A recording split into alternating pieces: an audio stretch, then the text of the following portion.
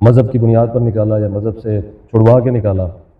یعنی save the God یہ ایک کانسیپٹ جو ہے یہ پیدا کیا، اور پھر جو تھے وہ سوشلسٹ جو تھے ان کے خلاف ایک جنگ جو ہے وہ امریکہ نے افغانستان میں لڑی۔ ہم نے ساتھ بھی دیا کہ چلیں جو کرسچن ہیں ان سے جو ایتھیسٹ ہیں وہ زیادہ برے ہیں، تو لہٰذا جو کرسچن یہ کہہ رہے ہیں کہ سیو دا گاڈ تو ہمیں اس کے ساتھ لڑنا پڑے۔ پھر وہ جہاد کا سلسلہ شروع ہوا تو اب تک بھی وہ جاری ہے، اس کے نتائج جو ہیں وہ بھگت رہے ہیں۔ اسی طرح جب یہ سارا جو مڈل ایسٹ ہے یہ مختلف ریاستوں میں چھوٹی چھوٹی ریاستوں میں تقسیم ہوا، برٹن جو تھے وہ علیحدہ ہو گئے، اور فرانس جو تھے وہ بھی علیحدہ ہوئے، مصر سے علیحدہ ہو گئے، تو اس کے بعد ان ریاستوں کے اندر بھی مختلف جو تھے وہ فکر جو ہے وہ سامنے آئی،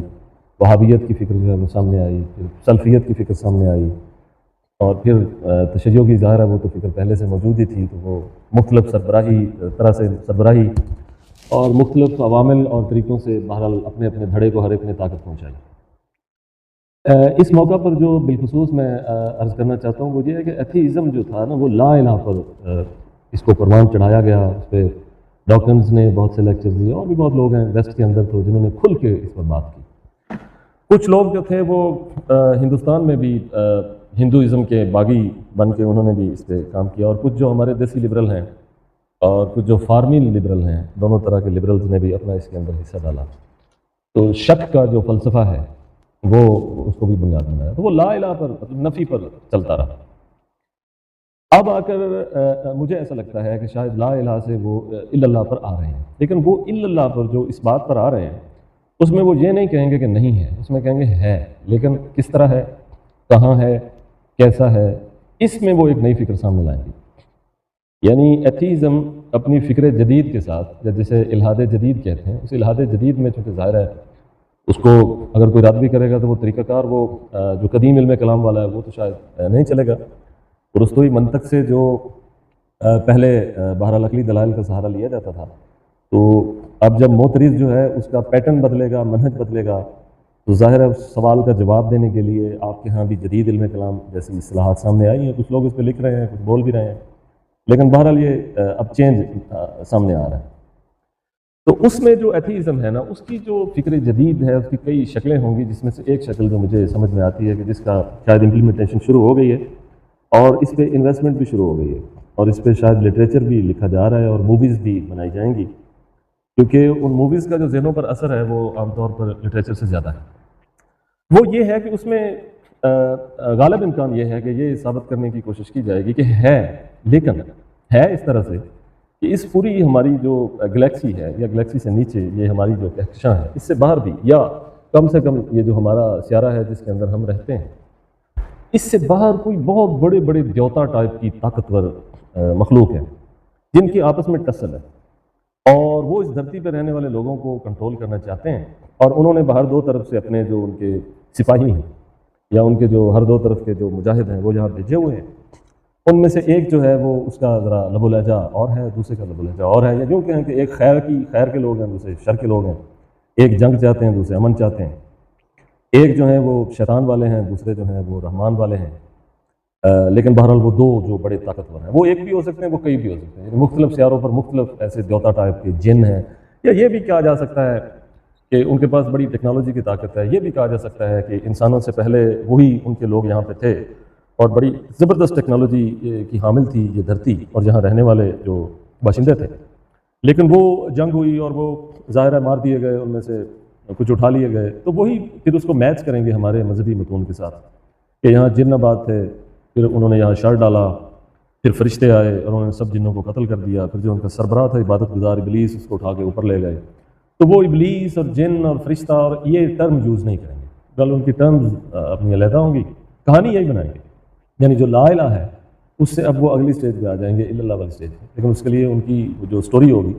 وہ اس سے ملتی جلتی وہ کریٹ کریں گے تاکہ اس سے پہلے یہ شک پیدا ہو جائے، اور وہ جتنے بلیورز ہیں، کیونکہ ایتھیزم کو اس طرح سے 100% جو ہے وہ کامیابی حاصل نہیں ہوئی جیسا کہ اس کے بانی جو ہے وہ چاہتے تھے، تو اب اس میں وہ یہ چاہیں گے کہ وہ بڑی بڑی طاقتیں ہیں اور ان کے پاس بڑی کوئی عجیب و غریب قسم کی طاقت ہے، اور جب وہ اس دھرتی کے قریب آئیں گے ان میں سے کوئی غالب آ جائے گا یا فاتح ہو جائے گا تو وہ اس دھرتی کو تباہ و برباد کر دے گا۔ اسی طرح سے یہ بھی ایک فینومینا جنریٹ کیا جائے گا یا کیا جا رہا ہے کہ ان میں سے جو جتنا طاقتور ہے وہ اپنی طاقتوں کے ذریعے سے یہاں کے باشندے جو ہیں ان کو وہ کنٹرول کر رہا ہے، وہاں ان کو چلا رہا ہے۔ اور یہ کہا جائے گا کہ یہ دیکھیں گے بالکل یہ آپ کا جو مذہب کا جو فلسفہ ہے یہ بھی دراصل وہی ہے کہ ہم جسے فرشتے کہہ رہے ہیں، رجال الغیب کہہ رہے ہیں، ہم جنہیں جنات کہہ رہے ہیں، ہم جنہیں موکلات کہہ رہے ہیں، طلسمات کہہ رہے ہیں، یعنی میٹا فزیکل جتنے تھاٹس ہیں یا جتنے مظاہر ہیں، مابعد طبعی مظاہر ہیں، تو وہ یہ کہیں گے کہ یہ سارے وہ ہیں اور یہ ساری گیم یہ ہے۔ تو یہ ایتھیزم کی ہی ایک شکل ہوگی، بلکہ اس سے ذرا آگے کہتا ہوں کہ ایتھیزم پلس اگنوسٹکزم کا ایک نئی فکر جو ہے وہ پیدا ہوگی۔ تو جیسے یہاں پہ لوگوں کو آزادی ہے کہ مکتب شبلی ہے تو اس میں امینہ حسن اصلاحی ہیں، حمید الدین فراہی ہیں، پھر جاوید احمد گامدی ہیں، پھر آگے ان کے بھی شاگرد ہوں گے۔ اسی طرح مکتب ولی اللہ ہی ہے، ان کے بھی آگے کئی شاگرد اور وہ چلتا رہے گا۔ نانوتوی گروپ علیحدہ ہے، اسی طرح سے کئی دھڑے ہیں، تو ان سب کو بھی آزادی ہے، جیسا سوچیں، جیسا کریں، جیسا رویہ رکھیں اور جس طرح سے ریپرزینٹ کریں۔ تو اسی طرح سے ان کے ہاں بھی یہی ہے۔ تو اگر ان کو برداشت کیا جا رہا ہے تو پھر ظاہر ہے اب ان کی بھی سننی پڑے گی، اور جو سنیں گے وہ پہلے اگر بہت کوئی زیرک عالم لوگ ہوں گے یا سمجھے ہوئے لوگ ہوں گے تو وہ تو سمجھ جائیں گے کہ یہ ایک نیا خدا بنایا جا رہا ہے، یعنی ایک نیا خدا کریٹ کیا جا رہا ہے جس کو انسانی فکر بنا رہی ہے۔ یعنی پہلے جو ہے وہ خدا بنایا جاتا تھا بت سے، اور اس کے متعلق جو ہے وہ مختلف فکریں جو ہیں وہ پیدا کی جاتی تھیں۔ تو اب فکر جو ہے وہ دھرتی کے اوپر دھرتی کی کسی چیز سے بت نہیں بنا رہی، بلکہ دھرتی سے باہر جو ہے وہ کوئی بنے بنائے پرانے کوئی ایسے طاقتور دیوتا کہ جن کے جہاں بت بنائے جاتے تھے وہ وہاں پہ موجود ہیں اور وہ ہمیشہ سے زندہ ہیں اور ہمیشہ زندہ رہیں گے۔ پھر اس پر بہت سی کوئی دلیلیں بھی جمع کی جا سکتی ہیں کہ دیکھیں ہماری دھرتی سے باہر بھی کریشن ہے اور وہاں بھی بہت سارا کچھ چل رہا ہے، تو ہم اس کا بھی انکار نہیں کر سکیں گے کیونکہ اللہ جانے کہاں پہ کیا ہو رہا ہے۔ تو وہ بہرحال اس کو پوری ایک فکر کے طور پر سامنے لایا جائے گا۔ تو میں اپنے سامعین سے یہ گزارش کرتا ہوں کہ آئے دن کوئی نہ کوئی نیا فتنہ فکر کی دنیا کے اندر پیدا ہو رہا ہے اور اس کو آپ روک نہیں سکتے، نہ اس کے روکنے کی کوئی سبیل ہے، کیونکہ آپ مغلوب قوم ہیں، محکوم قوم ہے، اور دنیا کے اندر فکر بھی اسی کی غالب رہتی ہے جو حاکم قوم ہوتی ہے، جو غالب قوم ہوتی ہے۔ اور ہم نے تو ویسے بھی چونکہ آپ نے سب کا قرض دینا ہے تو آپ تو ان کی فکر کو ویسے بھی نہیں روک سکتے، اور اگر کوئی قدغن لگائیں بھی، کہیں روکیں بھی، تو ہمارے جو حساس اور ذہین لوگ ہیں وہ کہیں نہ کہیں سے نکال کے جہاں کے جو پیڈ جو کچھ لوگ ہیں